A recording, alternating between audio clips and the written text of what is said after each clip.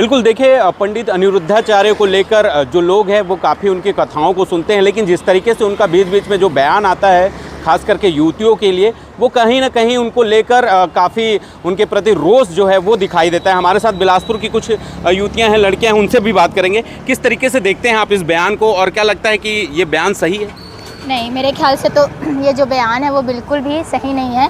First of all उनको कोई मतलब राइट नहीं है कि वो ये डिसाइड करे कि कितनी लड़की मतलब कौन सी लड़कियों को कितनी एज में उनको शादी करना चाहिए नहीं करना चाहिए। राइट टू फ्रीडम का अधिकार दिया कॉन्स्टिट्यूशन हमको, तो वो उसका उनका मर्ज़ी है कि वो जब भी शादी करे किस एज में शादी करे। हाँ, या अगर वो ऐसे बात कर रहे हैं एज अ बायोलॉजिकल की एक ग्रोथ एज होता है, तो बायोलॉजी के हिसाब से भी देखें तो उस एज में जो लड़कियाँ हैं वो बिल्कुल भी मैच्योर नहीं हो रहती है।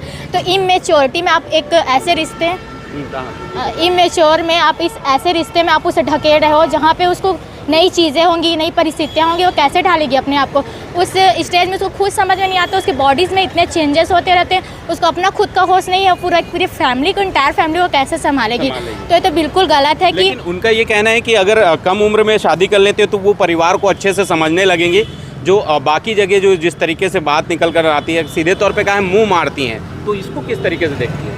जब वो 14 साल की होंगी तो वो मैच्योर कैसे होंगी, और मैच्योर नहीं रहेंगी तो एक घर, एक परिवार जैसे एक चीज़ को वो संभालेंगी कैसे?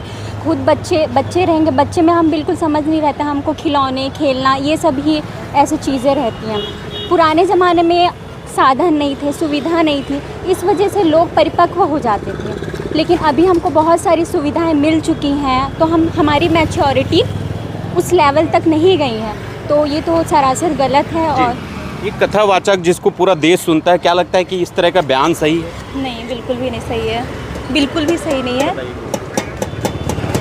क्यों लगता है सही नहीं? क्योंकि मतलब कि एक महिलाओं के लिए ऐसे टिप्पणी देना कि 14 साल की एज में शादी कर देना चाहिए, वो भी आजकल के ज़माने में, वो बिल्कुल भी सही नहीं है। क्योंकि हमारा जो लीगल है वो है 18 साल तक, और 14 साल में शादी कर देंगे तो उसमें बहुत बच्चे रहते, छोटे रहते हैं। ऊपर से जो लड़कियों का स्वतंत्रता है उसको भी वो लोग बांध के रखना चाह रहे हैं, मतलब उनके बयान से ही लग रहा है कि वो लड़कियों को कंट्रोल करके रखना चाह रहे हैं, तो बिल्कुल भी सही नहीं है वो। नहीं, देखिए वो एक बयान उन्होंने ये भी दिया कि लड़कियां जो है 25 की उम्र में होती हैं तो मुंह मारती हैं। इस तरीके का जो बयान एक कथावाचक को सही दे, क्या लगता है आपको? आप बताइए कि आपको क्या लगता है ये जो बयान आया, आप इसे किस तरीके से देखती हैं? सही है? तू अपना ओपिनियन दे, तो बोल। बिल्कुल, आप बताइए। मेरे ख्याल से तो ये बिल्कुल गलत ओपिनियन है। गलत ओपिनियन है। ऐसा जो मुंह मारना, ये वर्ड ही जो आप एक मतलब ये जो बोल रहे हैं कि जो मुंह मार रहे हैं ऐसा टाइप का, तो ये वर्ड ही गलत है। पहले तो आप आचार्य हैं, आप कथावाचक हैं, आपको ऐसे शब्दों को तो पहले इस्तेमाल ही नहीं करना चाहिए। आप ऐसे शब्दों का इस्तेमाल कर रहे हैं तो हम जो लड़कियां हैं जो आपका कथा सुनते हैं तो हम कैसे आपको मान लें कि आप भक्त हैं, आप कथावाचक हैं, और ऐसे शब्दों का प्रयोग कर मुँह मारना, ये वो शब्द जो है वो गलत है, सही नहीं है, बिल्कुल भी सही नहीं है। जी जी, आपको क्या लगता है, आप क्या मैसेज देना चाहेंगी बाकी कथावाचकों को? कथावाचकों को तो मैं खुद एक स्पिरिचुअल पर्सन हूँ। स्पिरिचुअल का मतलब ये नहीं है कि बहुत ज़्यादा डीप नॉलेज है मुझे, लेकिन मैं भगवान को बहुत मानती हूँ और मैं कथावाचकों को भी सुनती हूँ। तो सारे कथावाचक गलत नहीं हैं, लेकिन उनके कुछ शब्द, कभी कभी शब्दों का चयन गलत हो सकता है। तो मेरे ख्याल से अभी ये शब्दों का चयन उन्होंने गलत किया है। आपको भी यही लगता है? हाँ, ये लगता है कि उनको ना अपने भाषा में कंट्रोल रखना चाहिए, क्योंकि महिलाएं, बच्चे सब लोग सुनते हैं, तो क्योंकि महिला को मानसिक भी वैसे हो जाएगा सुन के कि हाँ वैसे कर देना चाहिए। तो कथावाचक को ना अच्छे शब्दों का प्रयोग करना चाहिए, ऐसा बोलना चाहिए कि जो अच्छा प्रभाव पड़े सब पे। तो उनको, आप भी यही सोचते हैं? हाँ जी, मैं भी बिल्कुल भी यही सोचती हूँ। और मतलब वो शब्द तो बिल्कुल भी यूज़ नहीं करना चाहिए, मुँह मारना, ऐसा शब्द कुछ यूज़ नहीं कर। वैसे बोलो तो लड़के, फिर आप लड़कों का उदाहरण देख लो, राजा महाराजा लोग तो उनकी इतनी पत्नियाँ थी, रखेलियाँ थी, फिर आप उनको क्या बोलोगे? अभी आप एक लड़की को ऐसे जज कर रहे हो कि मुँह मारने कौन सा वर्ड है? आपकी भी बेटी होगी, आप अपने बेटी के लिए ऐसा शब्द यूज़ करोगे क्या?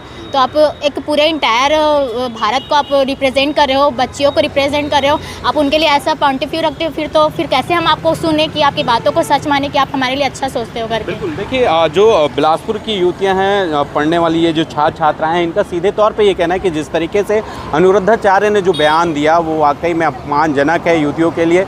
क्योंकि ऐसे जिन्हें पूरा देश जो है वो फॉलो करता है और वो इस तरीके के अगर बयान देते हैं तो कहीं ना कहीं इनको ये पीड़ा देती है। और यही वजह है कि ये जो क्रोध है, ये युवतियाँ अपने शब्दों पर उनको क्रोधवश बोल रही हैं।